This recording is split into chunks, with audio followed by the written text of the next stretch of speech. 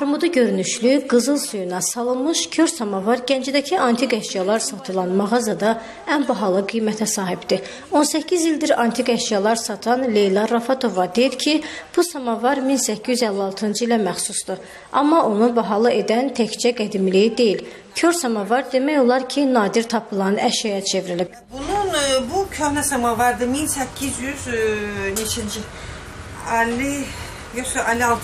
56-cı ildə ifasına görə də bu armud ilk kör samavardır. Kör samavar vəbşi baha gelir. Kör samavar bu lap qədimidir.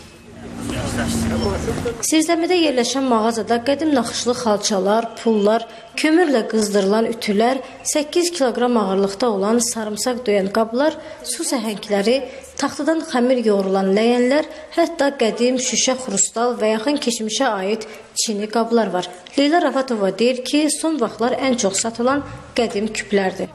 Vallahi gəvə istəyirlər, gəvə köhnə qədimi olsa, köhnə samavar istəyirlər, axtafa ləyən, sonra köhnə küpələr olur, onlar da qəşəkdir. Şam qabı, nə bilim, hamısı qədimi şeylər maraqlandırır. Qədim əşyalar ilinə görə daha baha qiymətə satılır da, yəqin ki. Nə qədər çox illi olsa, o qədər biraz bahadır. Aha. Bax, deyək ki, bir küpənin qiyməti neçə olar? Küpə var, lap qədimi olsa 100 dolara da olar, 100 manata da olar. Amma elə küpələr var ki, 20-25 baxır.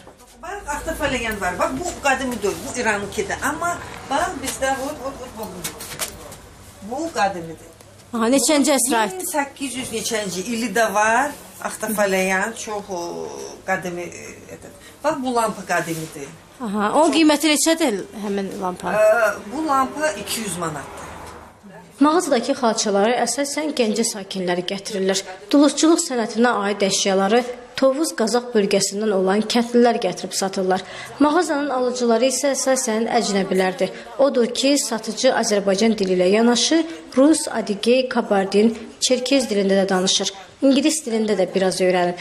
Bircə qayğısı və arzusu var. Darlıqdan səliqəsiz düzdüyü qədim xalçalarını və iç-içə qoyulmuş az qala sınma təhlükəsi ilə üzləşən dəyərli antik əşyaları nümayiş etdirə bilmək üçün əlverişli mağazaya sahib ola bilmək.